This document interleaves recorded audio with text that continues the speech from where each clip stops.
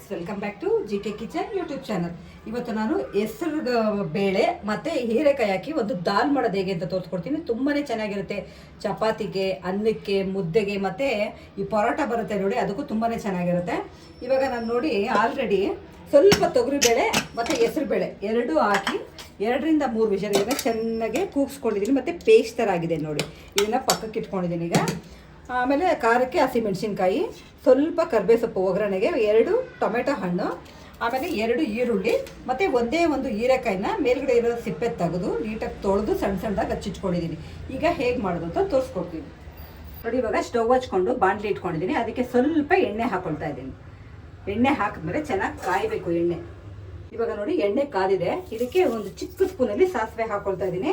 ಸಾಸಿವೆ ನಾವು ಯಾವುದಕ್ಕೆ ಹಾಕೊಂಡ್ರು ಚೆನ್ನಾಗದು ಸಿಡಿದ ಮೇಲೆ ಹಾಕೊಂಡ್ರೆ ಅದ್ರ ಫ್ಲೇವರ್ ತುಂಬಾ ಚೆನ್ನಾಗಿರುತ್ತೆ.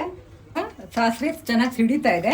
ನಾನು ಈ ಟೈಮಲ್ಲಿ 1 ಸ್ಪೂನಷ್ಟು ಜೀರಿಗೆ ಕೂಡ ಹಾಕೊಂಡಿದ್ದೀನಿ, ಫ್ಲೇವರ್ ಚೆನ್ನಾಗಿರುತ್ತೆ ಅಂತ. ಎರಡೂ ಇವಾಗ ಚಿಟಪಟ ಅಂತ ಸಿಡಿತಾ ಇದೆ. ಜೊತೆಗೇನೆ ನಾನು ಇವಾಗ ಹಚ್ಚಿ ರೆಡಿ ಮಾಡಿರೋಂಥ 2 ಈರುಳ್ಳಿ ಕೂಡ ಹಾಕೊಳ್ತೀನಿ. ಇದನ್ನು ಚೆನ್ನಾಗಿ ಫ್ರೈ ಮಾಡ್ಕೋಬೇಕು ನೋಡಿ. ಇವಾಗ ಈರುಳ್ಳಿ ಹಾಕ್ಕೊಂಡು ಚೆನ್ನಾಗಿ 1-2 ರಿಂದ 3 ನಿಮಿಷ ಫ್ರೈ ಮಾಡಿಕೊಂಡ್ರೆ ಸಾಕು, ಜಾಸ್ತಿ ಫ್ರೈ ಮಾಡೋದು ಬೇಡ. ಇವಾಗ ಜೊತೆಗೇನೆ ಖಾರಕ್ಕೆ ಹಸಿಮೆಣಸಿನ್ಕಾಯಿ, ಕರ್ಬೇವು ಸೊಪ್ಪು 2 ಹಾಕ್ಕೊಂಡು ಚೆನ್ನಾಗಿ ಇದನ್ನು ಹುರ್ಕೊಳ್ಳೋಣ. 1 ರಿಂದ 2 ನಿಮಿಷ ಚೆನ್ನಾಗಿ ಫ್ರೈ ಮಾಡ್ಕೋಬೇಕಿದ್ದೀನಿ. ಈಗ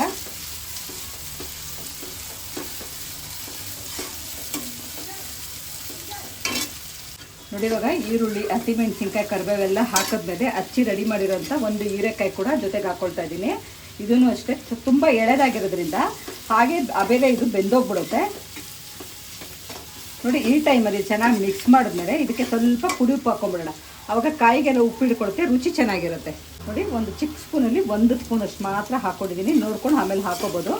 ಇವಾಗ ಹೀರೆಕಾಯಿ ಹಾಕಿ ಮಿಕ್ಸ್ ಮಾಡಿದ್ಮೇಲೆ ಒಂದು 5 ನಿಮಿಷ ಇದ್ರ ಮೇಲೆ ಕ್ಲೋಸ್ ಮಾಡಿ ಇಟ್ಬಿಡೋಣ. ಅವಾಗ ಚೆನ್ನಾಗಿ ಸಾಫ್ಟಾಗಿ ಬೇಗ ಬೇಯುತ್ತೆ ನೋಡಿ. ಇವಾಗ 5 ನಿಮಿಷ ಆಗಿದೆ. ಇದನ್ನು ತೆಗಿತಾ ಇದ್ದೀನಿ. ತೆಗೆದ್ಬಿಟ್ಟು ಚೆನ್ನಾಗಿ ಇವಾಗ ಒಂದು ಸತಿ ಮಿಕ್ಸ್ ಮಾಡ್ಕೊಳ್ಳೋಣ. ಮಿಕ್ಸ್ ಮಾಡಿದ ತಕ್ಷಣ ಹಚ್ಚಿ ರೆಡಿ ಮಾಡಿರೋಂಥ 2 ಟೊಮೆಟೊ ಹಣ್ಣು ಕೂಡ ಹಾಕ್ತಾಯಿದ್ದೀನಿ. ಇದನ್ನು ಅಷ್ಟೇ ಚೆನ್ನಾಗಿ ಒಂದು ಸತಿ ಇವಾಗ ಮಿಕ್ಸ್ ಮಾಡ್ಕೋಬೇಕು. ಮಿಕ್ಸ್ ಮಾಡಿಕೊಂಡು ಇವಾಗ ನಾನು ಜೊತೆಗೆ ಸ್ವಲ್ಪ ಕಲ್ಲರ್ಗೆ ಅರಿಶಿನ ಪುಡಿ ಹಾಕ್ಕೊಳ್ತಾ ಇದ್ದೀನಿ. ಟೊಮೆಟೊ ಹಣ್ಣೆಲ್ಲ ಹಾಕಿದ್ಮೇಲೆ ಅರಿಶಿನ ಪುಡಿ ಹಾಕಿದ್ಮೇಲೆ ಚೆನ್ನಾಗಿ ಮಿಕ್ಸ್ ಮಾಡಿ ಇನ್ನೊಂದು 5 ನಿಮಿಷ ಈ ಕಾಯಿ ಎಲ್ಲ ಚೆನ್ನಾಗಿ ಬೆಂದು ಮಿಕ್ಸ್ ಆಗಬೇಕು. ಮುಚ್ಚಿಟ್ಬಿಡೋಣ. 5 ನಿಮಿಷ ಆಗಿದೆ. ಓಪನ್ ಮಾಡ್ತಾ ಇದ್ದೀನಿ. ಆದಮೇಲೆ ಇವಾಗ ಸ್ವಲ್ಪ ಲೋ ಫ್ಲೇಮ್ ಮಾಡಿಕೊಂಡು ನೋಡಿ, ಟೊಮೆಟೊ ಎಲ್ಲ ಸಾಫ್ಟಾಗಿ ಚೆನ್ನಾಗಿ ಬೆಂದಿದೆ. ಈ ಟೈಮಲ್ಲಿ ನಾವು ಏನು ಮಾಡಬೇಕಂದ್ರೆ ಹೆಸರು ಬೇಳೆ ಬೇಯಿಸ್ಕೊಂಡಿದ್ದೀವಲ್ಲ ಅದನ್ನು ಇದಕ್ಕೆ ಹಾಕ್ಕೊಳ್ಳೋಣ. ಸ್ವಲ್ಪ ನೀರು ಹಾಕ್ಕೊಂಡು ಮಿಕ್ಸ್ ಮಾಡಿ ಹಾಕ್ಕೋಬೇಕು ನೋಡಿ. ಹಾಕ್ಕೊಂಡ್ಮೇಲೆ ಚೆನ್ನಾಗಿ ಇವಾಗ ಒಂದು ಸತಿ ಇದನ್ನು ಮಿಕ್ಸ್ ಮಾಡ್ಕೊಳ್ಳೋಣ ನೋಡಿ. ತುಂಬಾ ಗಟ್ಟಿ ಆಗುತ್ತೆ ಬೇಳೆ ಎಲ್ಲ ಹಾಕಿದ್ಮೇಲೆ ನಾವು ಬೇಯಿಸ್ಕೊಂಡಿರ್ತೀವಲ್ವ.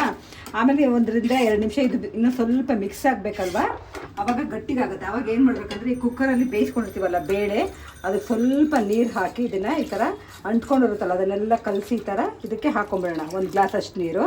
ಆವಾಗ ಸ್ವಲ್ಪ ಲಿಕ್ವಿಡಾಗಿ ಚೆನ್ನಾಗಿರುತ್ತೆ ತಿನ್ನೋದಕ್ಕೆ